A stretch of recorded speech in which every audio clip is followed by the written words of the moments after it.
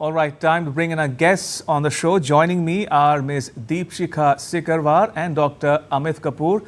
Ms. Sikarwar is a journalist. She writes for the Economic Times newspaper, and Dr. Kapoor is an economist. Ms. Sikarwar, Dr. Kapoor, welcome to this special broadcast. Good to have you join on this discussion. If I can start with you, Ms. Sikarwar, Minister Sitharaman's seventh consecutive budget, no mean achievement surely. What would you be looking for in it?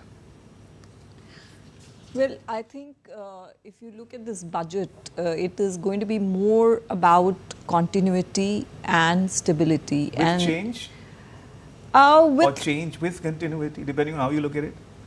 Possibly, but I think it's more because the building blocks have been put in place. If you look at the interim budget speech, so I don't think there's going to be a major deviation from that. Okay. But there would be re-emphasis on, say, job creation, which I think has emerged as a key concern for everybody. That would be the big thing. So what she plans to do about it and what kind of incentive she's going to bring for job creation. That is, I think, one big takeaway that I am expecting. But is there an obvious pathway towards creating just that, jobs?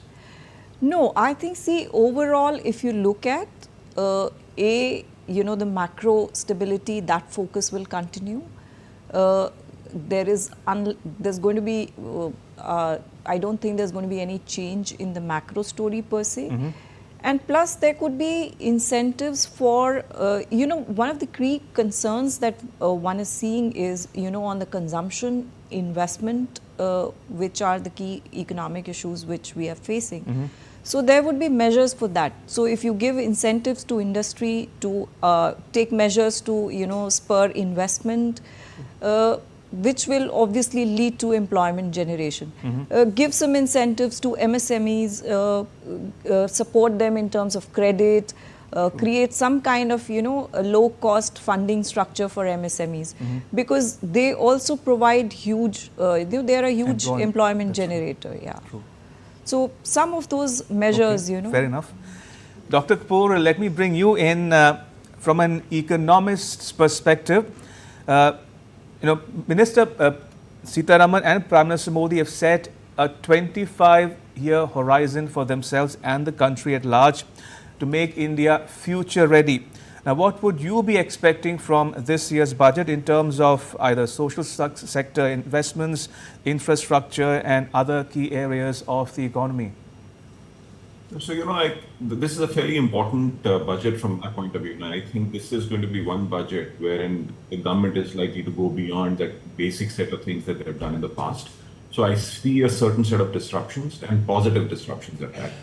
A couple of things which I feel that the government would do very strongly. So one is that they will enhance investments in our capital expenditure, wherein they will be spending more on infrastructure and so on and so forth. Because if you really look at the long-term thing, if you're talking about the 2047 roadmap, then investment in infrastructure becomes the key. And that is going to be railways, roadways, to all the other infrastructure that you're really talking about.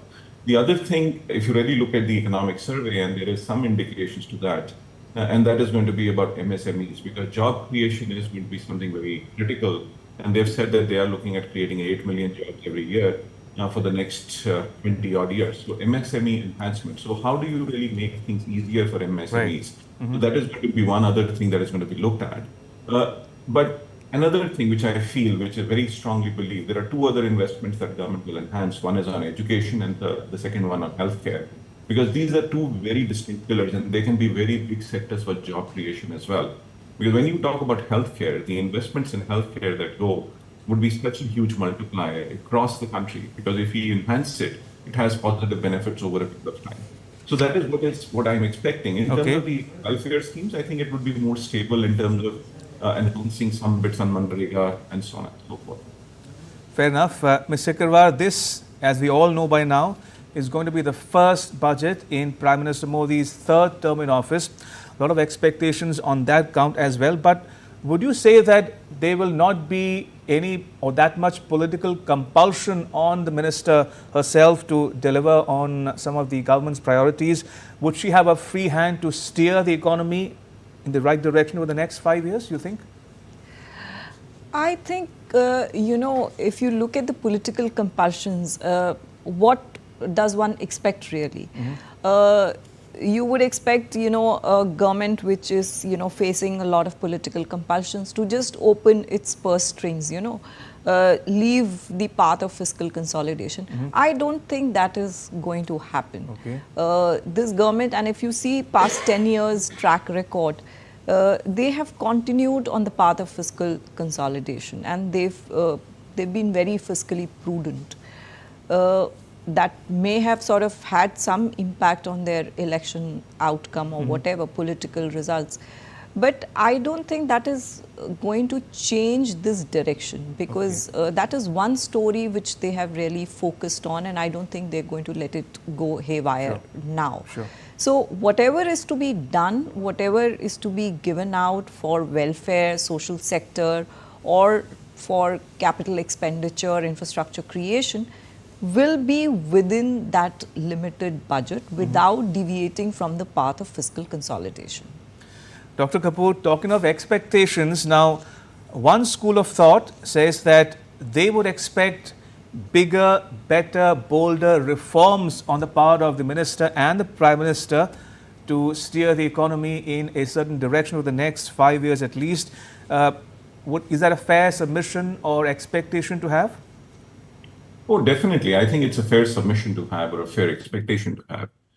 Because you're talking about 2047 already. And if you're talking about 2047, there has to be a certain level of transformation that is going to happen. One thing very clearly, as you see, what Anand had also said during his presentation, or talking about the economic survey, that how AI could actually have an impact on India and job creation. So they are understanding the idea of skilling. They're fully going to be focused on skilling and enhancing the skill set for the Indian population. So that becomes a very clearly a transformative agenda. The clear understanding that you have to move from foundational learning or improve the education at foundational learning and numeracy. So the government is already talking about it. These are transformational factors. We have talked about education in the past as well. We have invested. But for the first time, I'm seeing a government talking about foundational learning and numeracy. That means they are fundamentally talking about saying that we have to equip our children from early on, because they can actually create what you would call as the demographic dividend. So that is what they're looking at. The other transformational thing, there are a lot of things which will continue, because when you talk about infrastructure, it has a transformational effect over a longer period of time. So enhancement in budgetary allocation there is absolutely a given thing. But the other thing which I feel that could have a transformational impact, and which is already said in some ways within the economic survey as well, is about how you talk about MSMEs and how do you really look at making it easier for the MSMEs. Because across the world, 97% of the GDP effectively comes from the MSME sector across countries. If that is the truth, and if that's the thing, then we have to enhance the MSME sector. I see this budget could be a transformational exercise there as well, because we have somehow missed the idea of MSMEs over a period of time, but it is now only through the PLI scheme where it is said we have to create those ecosystems and clusters, and the government's been talking about it, and we already see the positive impact. So we would see some MSME thing as well. So that is where you will move into ease of doing business for MSMEs, lesser regulation, and so on and so forth. These lesser regulations, like if my compliance burden gets reduced, which I fundamentally think is already going to happen, say something like a new tax regime, the compliance burden gets reduced, it makes it easier for me to do business. Right. So these are transformational experiences. And two other things very quickly. Sure. One, the green transition bit, absolute acceptance that climate change is a real factor. And that is what the acceptance is within the government as well. So that means the idea of creating resilience within the economic structure is going to be important. It is not about just disaster management. It is going to be moving towards resilience if you really look at our urban areas. So I see the government will focus on the urban areas and larger allocation to the urban infrastructure as well. So these are going to be transformational factors which are going to come through over a period of time. And last but not the least, when the Prime Minister says the idea of life, that also has a very important factor wherein you're saying that how individuals can make a contribution towards a greener India. So it is not just a one-way street. It is not about talking about just what the government will do. There is also an indication that how we can contribute as citizens over a period of time. And I think it is our responsibility as well as citizens to make a contribution towards that factor. Right, Dr. Kapoor, Ms. Sikarwar, do stay on. Let me now get for our viewers some industry perspective as well. The Confederation of Indian Industries Director General Chandradeep Banerjee called the Economic Survey report practical, and he said that it had a cautiously optimistic outlook. Take a listen. The economic survey has been very practical, very calculative, which is very important in the growth projection. I think it's remained optimistic, but yet also very cautiously optimistic is what I would think, and correctly so, because we need to be prepared for any headwinds that come to us from the global point of view.